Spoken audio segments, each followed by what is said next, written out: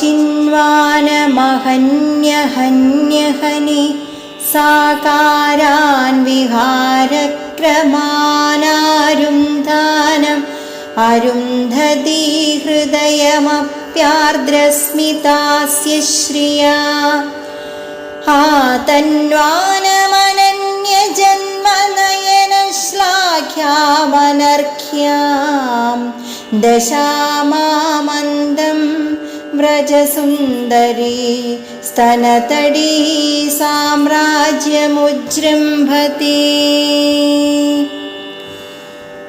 ഓം നമോ നാരായണായ.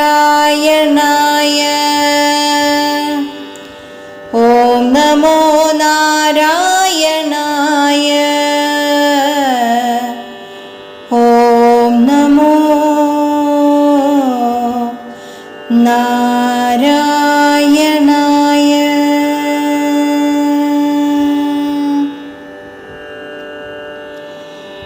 നാൾതോറും വളർന്നു വരുന്ന ഉണ്ണിക്കണ്ണൻ്റെ കൗമാര മനോഹാരിതയെ വർണ്ണിക്കുന്നു.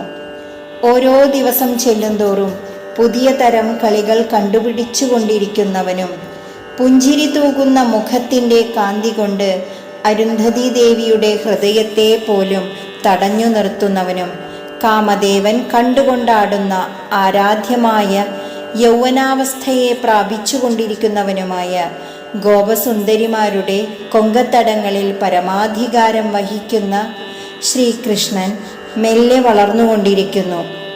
കൗമാരത്തിൽ നിന്ന് യൗവനാരംഭത്തിലേക്ക് ക്രമത്തിലുള്ള അമ്പാടിക്കണ്ണൻ്റെ വളർച്ചയെ ഭാവനയിൽ കവി കാണുന്നു.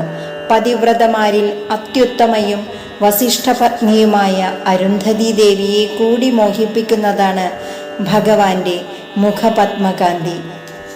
ഹരേ കൃഷ്ണ.